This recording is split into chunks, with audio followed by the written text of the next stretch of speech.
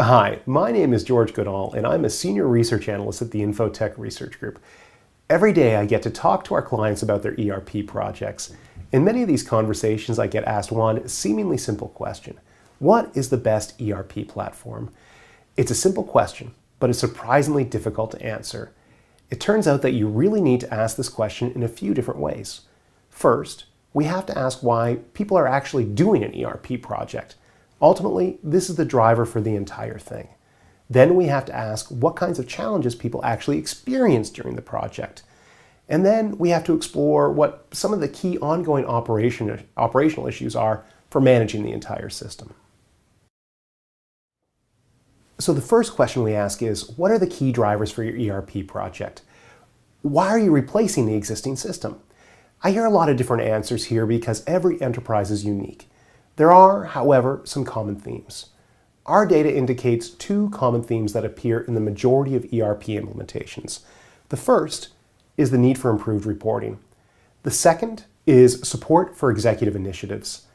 The funny thing is that when you drill into these things, we learn that most of those initiatives involve some sort of reporting capability. The other things that we see are, of course, industry-specific initiatives and the need to accommodate future growth of the business. In many cases, this growth comes from international expansion and acquisition. So what does this all mean for us at Infotech when we review products?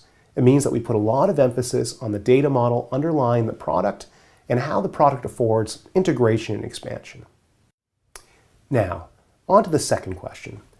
What are the key challenges that enterprises face during an actual implementation of an ERP project?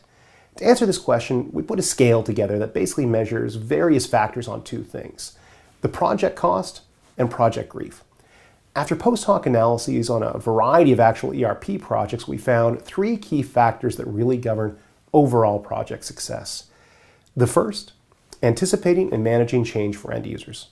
Ultimately, if users don't end up actually using the ERP solution, the project's a failure. Effectively managing change depends on a variety of things. Good user interface is important, but so is the ability to support actual business processes. The second issue is appropriately documenting business process. This practice becomes particularly important as the business changes and has to upgrade and update the ERP system. Business process documentation can come in the form of detailed process guides, or it can be executed implicitly in the application through effective support for workflow and process automation. The third issue that we see is managing the transition from implementation to operation. Now, no technology can effectively address this issue. Success here is about finding the right partners for both technology and implementation. ERP is more than an application. It's a long-term relationship with solution providers. So far, we've learned that an effective ERP implementation requires a technology with a good data model to support integration and ongoing development. This will support reporting, executive demands, and ongoing growth.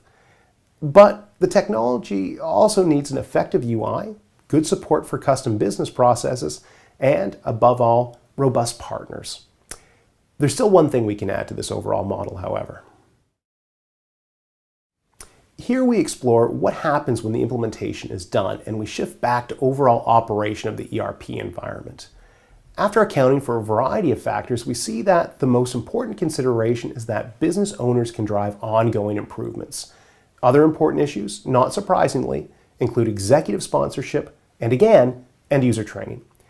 So what actually enables business owners to drive improvements? Well, the need shifts back to data integration, reporting, and support for business processes. What makes a great ERP system? Obviously, an appropriate system has to be able to meet the base requirements of the enterprise. A manufacturing company, for example, must have the appropriate manufacturing modules. But ERP has been around for a long time, so there's a high degree of similarity between the various systems. The best products, however, have features that address the problems that we see at each stage of the ERP project. So finally, the answer to the question that we asked at the very beginning: what differentiates the best ERP products from the rest of them? Number one, data integration, the ability to incorporate data from across the business. Number two, workflow, the ability to create and manage business processes.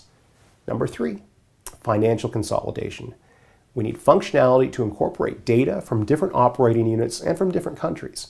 These capabilities are key to both supporting executive projects and to supporting enterprise growth. Number 4, budgeting. This presents a challenge for many ERP platforms.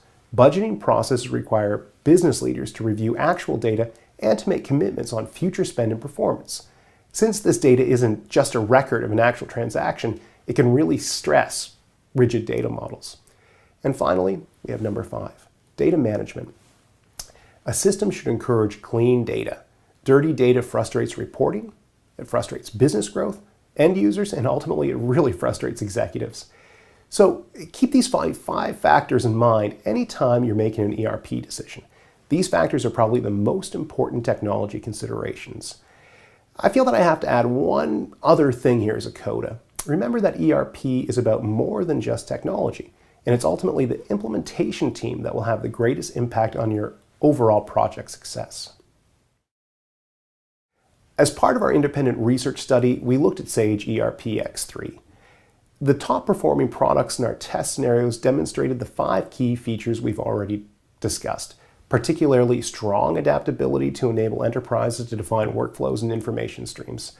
We also really like the modern web-native architecture and data models support complicated configurations and multi-site deployments. The other thing that we see common in the top-ranked products is the strength of the partner community and the ability of that community to help mid-sized clients actually put solutions into place.